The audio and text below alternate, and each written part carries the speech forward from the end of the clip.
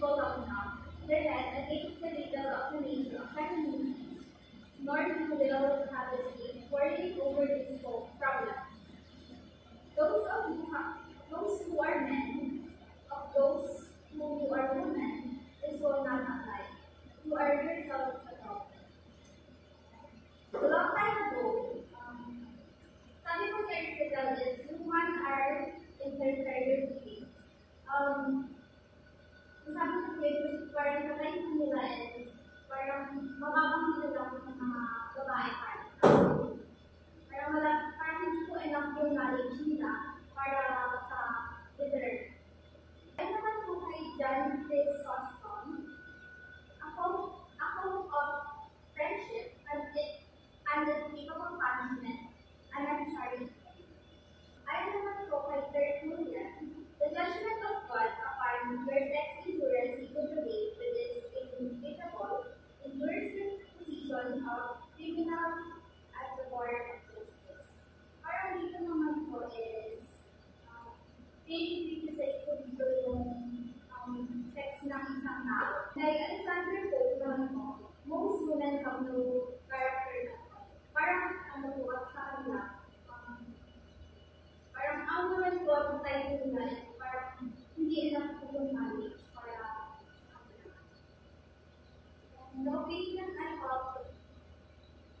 have to generally of women who appears to me as a children, to whom I would rather give a sugar plum than my life, words of barrier against, materially, atheist ideas.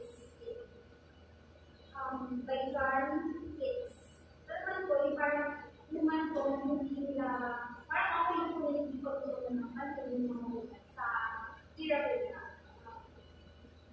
Kay John Kerber, sabi niyo po is woman's place in the law.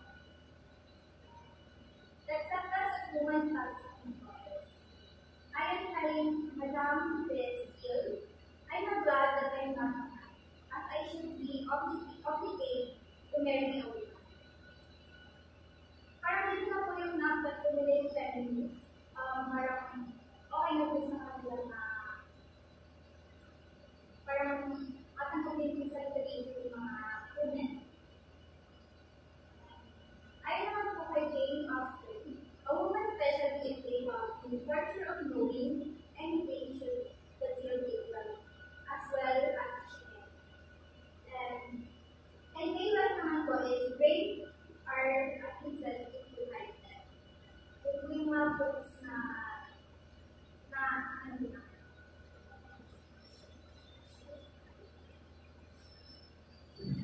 So let's begin with the 18th century. Mary Wollstonecraft published a Vindication of the Rights of Women in 1790. A vindication of the rights of women is criticizing the rise of feminism in 1792, written by the British writer and women's activist Mary Wollstonecraft. The work argues for the empowerment of women in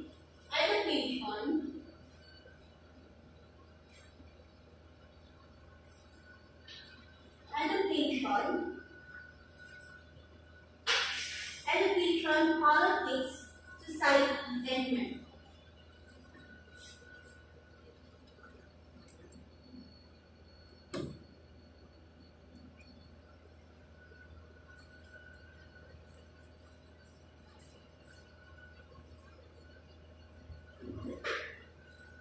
Sa kay Mary Wollstonecraft it's nakapaloob dito yung education, politics, and society and marriage, which is about sa pagtungkol sa mga babae, which is dati hindi tayo pinapayagan na magkaroon ng edukasyon or sumali sa politika or about society. But when dito sa book na sinulat ni Mary Wollstonecraft, it's argues the empowerment of women, which is kasama na yung education,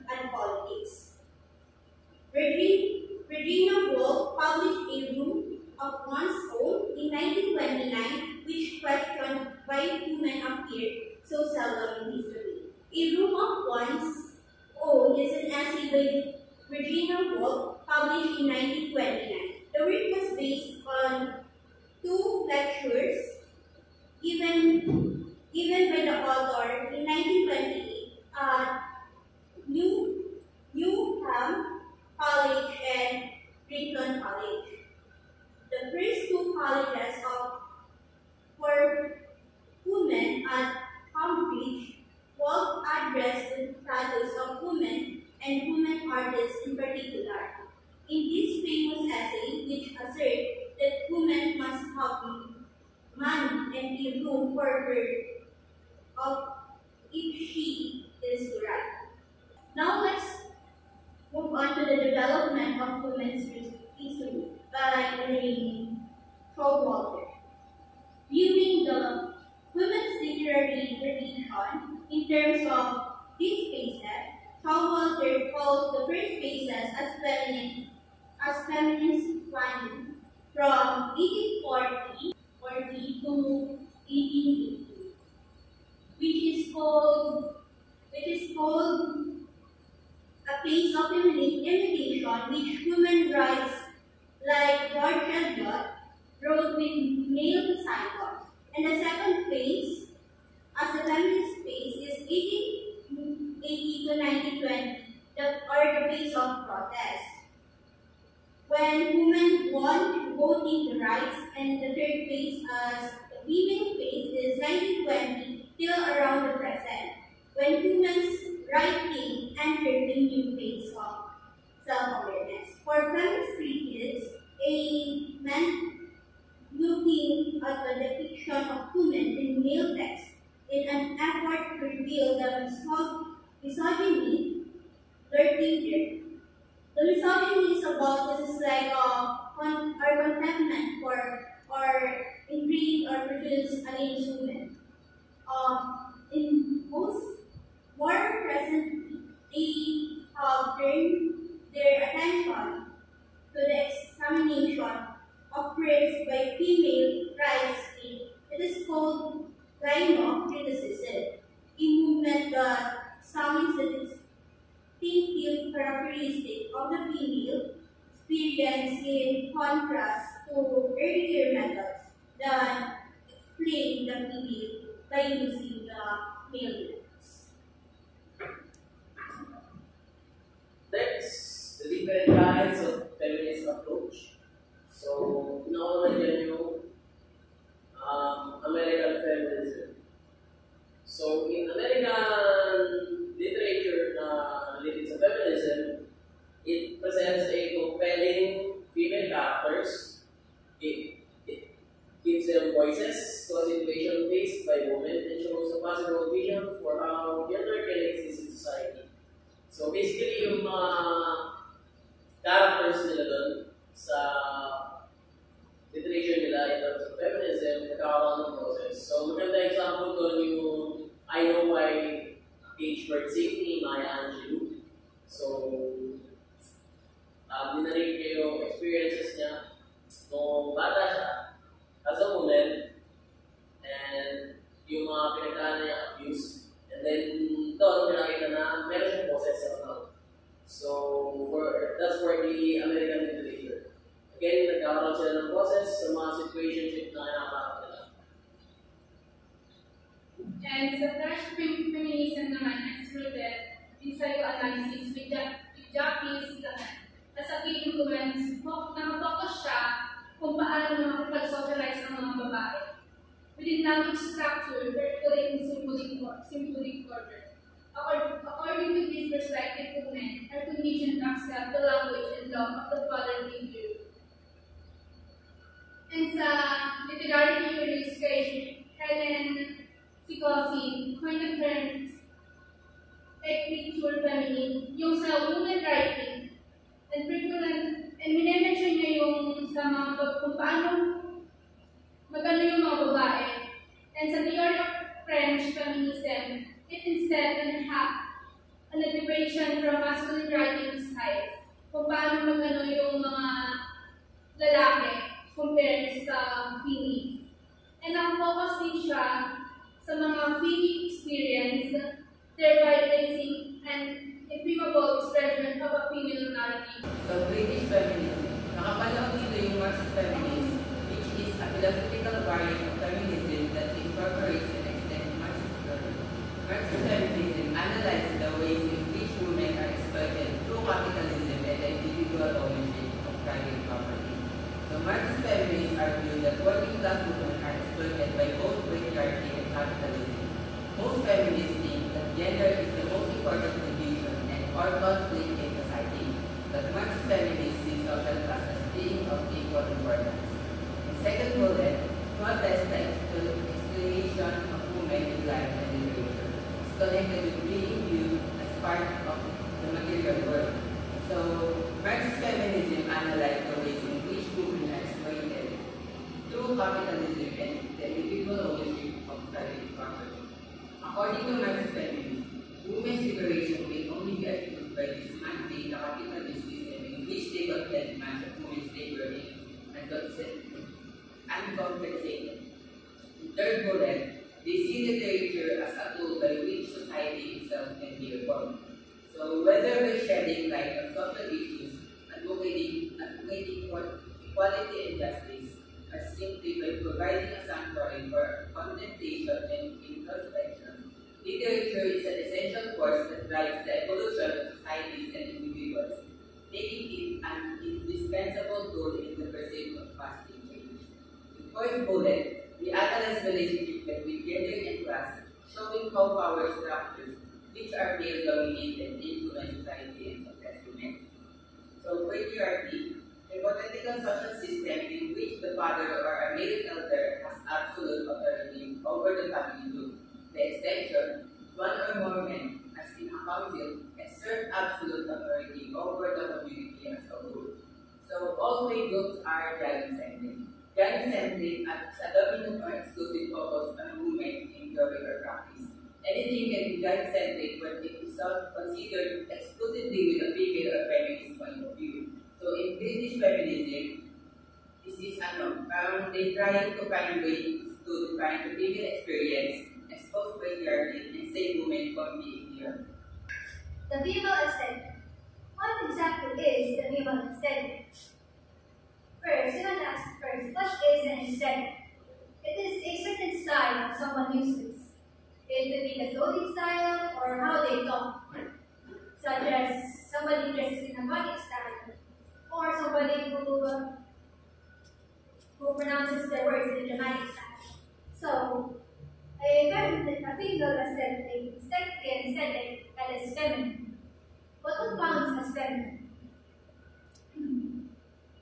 Is it the clothes they wear? Is it how they talk? Do women use languages that are different from those of men? Do women have different patterns of reasoning? And most importantly, do they see the world in a different way? And yes, they certainly do. As men and women have different conceptions of self and different modes of interaction with each other. I've noticed that men tend to be very comfortable with each other. Often thinking out loud. Women really have to choose their words, as they are often very much criticized more often than not. Now for the relationship. According to Nancy Chodoro's The Reduction of Mothering, girls and boys develop a different concept of self because of different relationships with their mother, who is usually the primary parent of the home compared to the father. Girls maintain an ongoing gender role identification with the mother from the beginning, but boys give up their primary identification with her. According to the author Nancy Chodoro, I must be pronouncing her name on my apologies, argues that mothering is built into the female personality because we are primarily mothered by women, and that mothering itself is a social construct.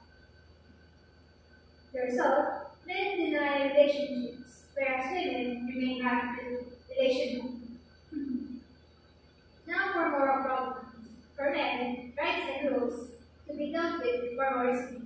As with men, they are often not to be in a way stolen to not let their emotions get the best of them. However, with women, they deal with moral issues contextually. Instead of applying blind justice, the moral choice must be determined by situation, experiences of the individual. This could most likely be true, as women are allowed to be much more emotional, and that they have to think rather than rely on the law at times. And sometimes this for their own safety, unfortunately, that they have to sometimes laugh, else they could end up getting themselves hurt in the process instead. Now for minority feminists, which are women of color, lesbians, and how this wasn't included in the PowerPoint, it could also include trans women. For women of color, they have to deal with racism, and lesbians are often very much sexualized and fetishized instead for their attraction to women, most often by men as well. And for trans women, they have to face transphobia from other feminists as well, who are often called trans, exclusionary, radical feminists, or TERFs for short. So, for the important terms in feminist feminism, so the first one is the androcentric, a term used to describe attitudes, practices, or social organizations that are based on the assumption that men are the common being. So, in other words, focus lang sila or centered sa kalalakihan. In general, they are better. So next is gynocriticism. So for that is a study of women's writing. So ang unang gumamit ng term na yan, or it was coined by Elaine Walker in 1979 to refer to a form of feminist literary criticism that is concerned with women as writers. So kasi, traditional na ang writers dati ay panay lalaki. So, nung lumitaw si Elaine Walker in 1979, siya yung naging pasimulo ng gynocriticism. Next is the imaginary order. Ito naman yung ginamit ni Chavez naman to refer to a psychic stage during which the infant begins to recognize, it separates from other objects, and develop a sense of self. So, kanina sinabi din ito sa French criticism na since psychoanalytic yung ginagamit nila, dito nagsisimula yung canon events sa buhay to develop a sense. So, epicure, feminine, a term used by French critics to designate women's writing that has sort of fullness of Lacan's imaginary order. So, ito lang yung parang nag-designate just to emphasize na kompleto yung order, yung imaginary order sa French literature. And of course, misogyny, the hatred of women. So, next is multiple attachment. So, kay Simon Freud ko, yung theory na to, na around the age of 5, nakikita niya yung lalaki, nakikita niya yung tatay niya sa rival for the love of his mother. And patriarchy, so ito ay most commonly sa British naman. Since yung social system nila doon ay palaging sa king most of the time. Order, a term used by Jas Lacan to refer the psychic stage in which an individual learns the language and shapes his identity. Like questions. But before that, pinakamapili namin example na novel para sa feminist approach ay yung Hidden Figures by Margot Chatterley. So, ang kwento doon, si Catherine Gobel, Mary Jackson, and Dorothy Vaughan, African-American women sila. And ito ay kasagsagan ng Cold War. So, sila ay involved sa space program sa nasa loob ng ulan yung Russia at yung Amerika kung sino makapunta sa space. So, nung era na yun, may tinatawag pang color separation. So, black and white yan. So, naranasan sila ng racism and at the same time, sa workstation nila sa NASA dati. Sobra yung misogynist vibe doon kasi pag babae ka, hindi ka pwede pumasok sa mga conference meeting or bawal ka mag-propose ng paper mo sa files mo. For example, hindi ka pwede magpasa ng computations mo ng opinion mo, i-disregard nila. So, ayan. And for the guide questions, how do the male characters talk about the female characters? In that novel, pinapakita na sinasabi nila na mahina lang yung babae when it terms sa pag-iisip. Kaya hindi tinatanggap yung mga opinions nila. And how do the male characters treat the female characters? Yun nga, nire-neglect nila dito sa novel na to. How do female characters act towards the male characters? So since ito ay American literature, buong boses sila. So yan, take stand sila. For example, yung sa libro nung si Mary Jackson, pinaglaban niya para makapag-aral siya ng engineering sa isang campus. Pero dati kasi, bawal ka mag-aral ng mga yun kasi palalaki ang course naman. Pero dinala niya sa korte, nanalo lang. So may boses sila. Next, who are the socially and politically powerful characters? Of course, dito sa film ko, I feel ay novel rather, male. What attitudes towards women are suggested by the answer to this question? So yun na, yung misogynist take vibe ng superior nila sa work. So, and of course, hindi din natin maitatanggi yung racism na kakibag lang. So the answers to these questions indicate that the work lends itself more naturally to a study of differences between male and female characters, a study of power imbalances between the sexes, or perhaps other rules, or a study of human experience.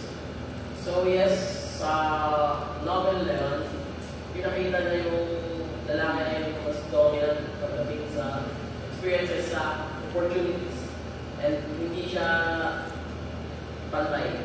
But since itong napili namin novel ay part ng American feminist literature, so tumayo sila and nanindigan sila paglaban yung karapatan nila. And at the end, sa novel na yun, yung 3 African-American women na yun, na mathematician sila actually, na, ayun nga, sila yung reason kung bakit nakapunta si Neil Armstrong sa moon. Isa siya sa dahilan kung bakit, isa sila sa dahilan kung bakit nagkaroon ng Apollo 11. So, yun lang.